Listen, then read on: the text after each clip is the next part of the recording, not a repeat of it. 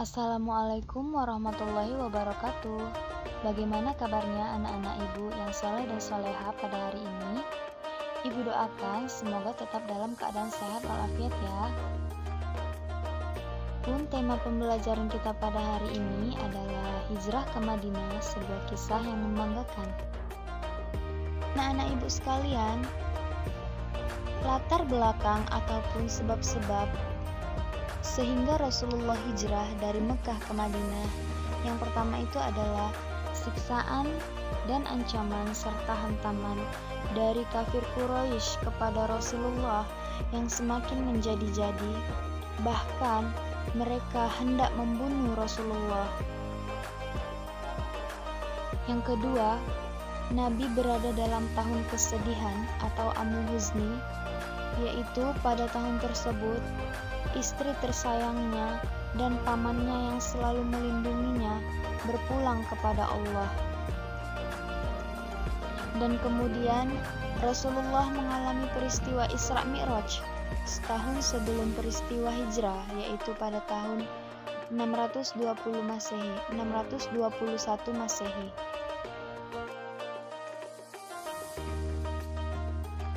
Pada tahun 620 Masehi, Rasulullah bertemu dengan kabilah Khazraj yang berziarah ke Mekah, yang kemudian lantas Rasulullah mengajak mereka untuk masuk Islam dan mereka mau untuk masuk Islam. Kemudian 1 tahun setelahnya, yaitu pada tahun 621 Masehi, seorang muslim dari Yastrib datang bersama 6 orang utusan dari kabilah Aus dan Khazraj yang menemui Rasulullah untuk menyatakan keislamannya juga. Hal ini dikenal dengan Perjanjian Aqabah. Dan pada tahun 622 Masehi, orang-orang Yastrib datang kembali dengan peserta lebih banyak lagi untuk menyatakan bahwa mereka ingin masuk Islam di satu tempat yang bernama Aqabah. Dan hal ini menandai terjadinya Perjanjian Aqabah yang kedua antara Rasulullah dengan orang-orang Yastrib yang sudah memeluk agama Islam.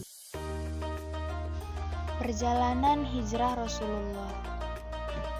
Pada malam 27 Safar tahun 622 Masehi, Rasulullah berhijrah bersama dengan Abu Bakar, yang kemudian mereka menuju Gua Thur untuk bermalam dan bertinggal di situ selama 3 hari 3 malam.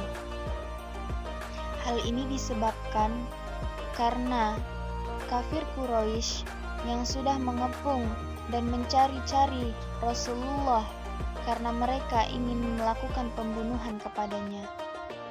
Kemudian setelah bermalam selama 3 malam di Gua Thur, Rasul melanjutkan perjalanannya bersama dengan Abu Bakar menuju kota Madinah, melewati padang pasir yang tandus, melewati jalan yang jarang sekali dilalui oleh para orang-orang untuk menuju kota Yastrib. Pada tanggal 8 Rabiul Awal tahun 622 Masehi, Rasulullah singgah di suatu desa bernama Quba. Lantas beliau membangun masjid di desa tersebut yang dikenal menjadi masjid yang pertama dalam sejarah Islam yang dibangun oleh Rasulullah. Kemudian pada tanggal 12 Rabiul Awal, yaitu tepat setelah 4 hari beliau singgah di desa Quba, beliau melanjutkan perjalanannya menuju Madinah dan beliau tiba pada tanggal 12 Rabiul Awal di Madinah. Rasulullah disambut dengan gembira, disambut dengan penuh kebahagiaan oleh para penduduk Madinah. Dan sesampainya beliau di Madinah, beliau langsung membuat program ataupun menjalankan strategi dakwahnya kepada penduduk-penduduk Madinah, yaitu yang pertama, beliau membangun masjid. Di sini masjid tidak hanya menjadi tempat ibadah ataupun tempat sholat saja, namun Rasulullah menjadikan sebagai pusat pemerintahan, pusat pembelajaran, tempat bermusyawarah bermufakat antara Rasul dengan penduduk di sana. Kemudian yang kedua adalah mempersaudarakan kaum muhajirin dan kaum ansor.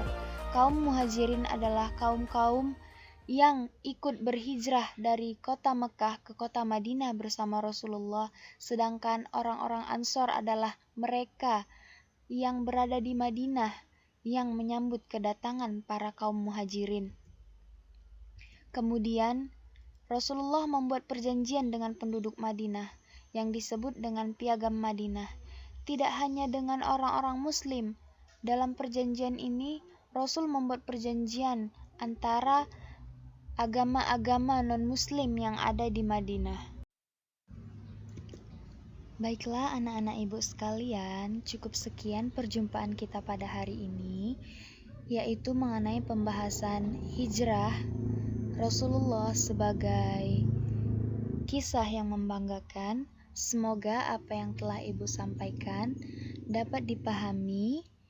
Dan akhir kalam, wassalamualaikum warahmatullahi wabarakatuh.